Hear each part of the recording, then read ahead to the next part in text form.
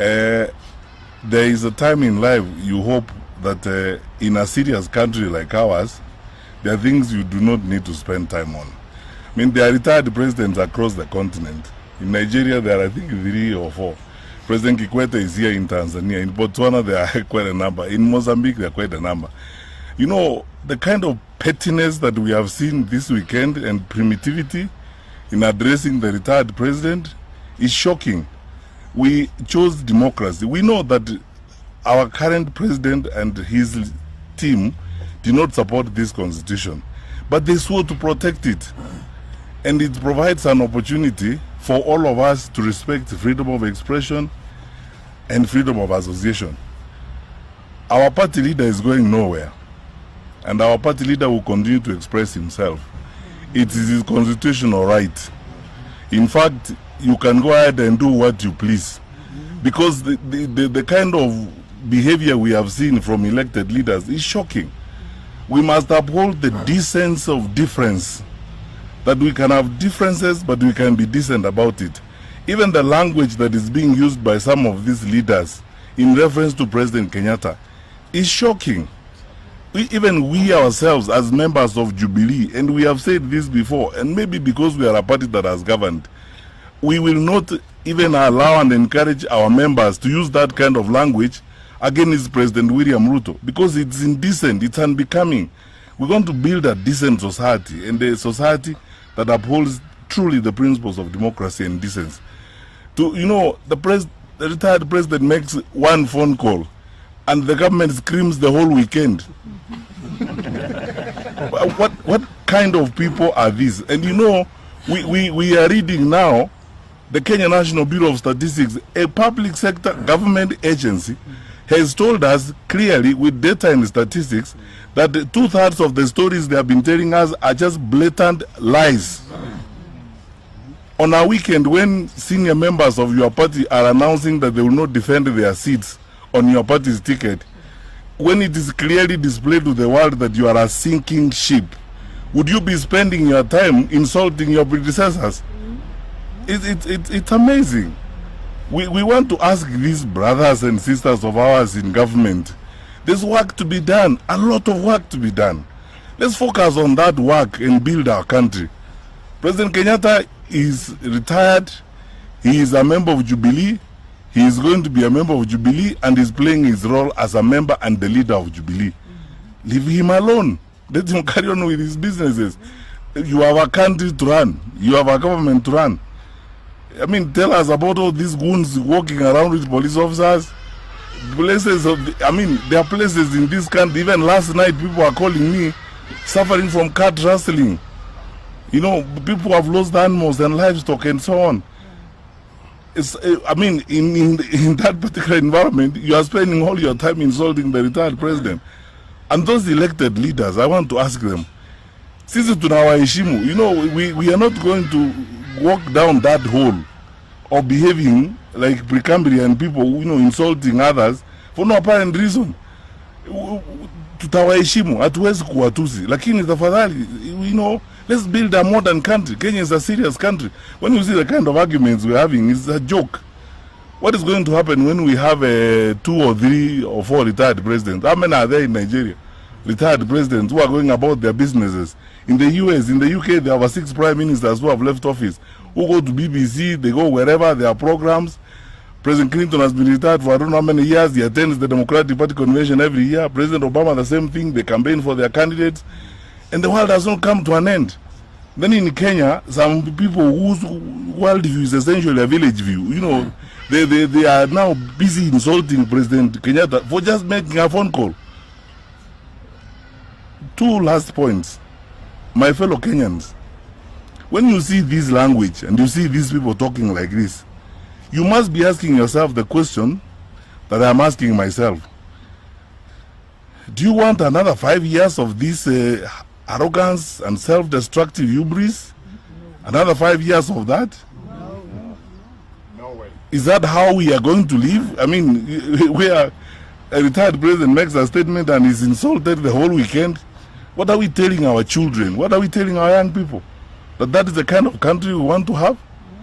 Sasa sisi kama Jubilee, kiongozi wa chama chetu ako kwa ofisi halali, ndio kiongozi wa chama chetu, tutakuwa na yeye, atakuwa mwanachama wa Jubilee, na sisi wanachama tunataka aendelee kuwa kiongozi wetu mpaka wakati ule yeye mwenyewe atasema anataka kufanya mambo mengine. Tafadhali fanyeni kazi yenu, jipange na mambo mengi yenu huko. I thought you would be panicking about even some of the members of your party who joined us in Narok. And they were telling us they are leaving that sinking ship. And we said we welcome them. And I want to use this opportunity again to say we welcome them because they are fellow Kenyans. Tunawakaribisha. Tuende mbele because, you know, who can tell you more about an institution than those who are inside, who are fleeing it. So, tufanye kazi ile iko, the way President Kibaki used to say, let's focus on the work we have of building our country, and let us ensure that, you know, everything is going well. Finally, I want to use this opportunity to say this.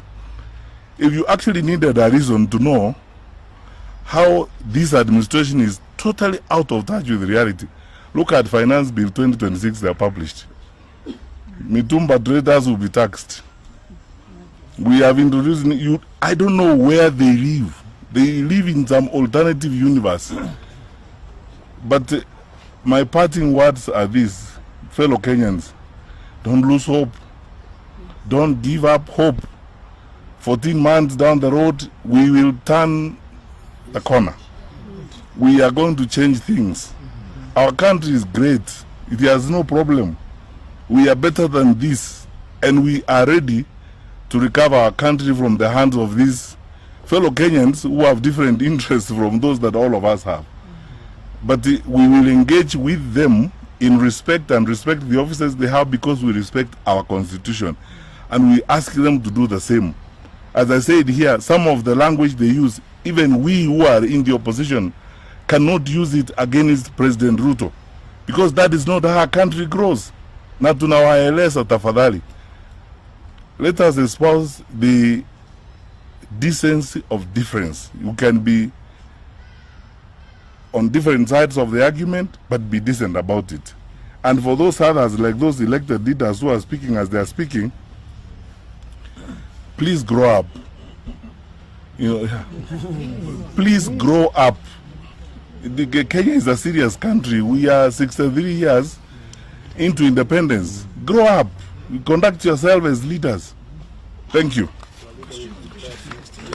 Yeah. Yes, we'll take questions, and I want to announce that 2 or 3 of us will be here to address the local language stations. Zach and one other member of our NEC will be here to address local language stations after this, okay. Basically, to translate this. Yes, sir. Yes, sir.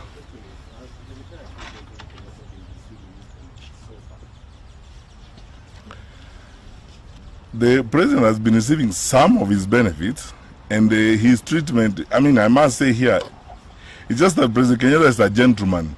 There are some things that we have not been hoping to drum up and play up. Because as somebody who served in government at a senior level, I am shocked. You know, handling a retired president is the easiest thing on this earth. For any government to do, the easiest thing on this earth. Because the constitution prescribes what he should get and how he should be treated. When the cars are 4 years old, they are supposed to be replaced. When the employees he decided to go with are treated differently and so on.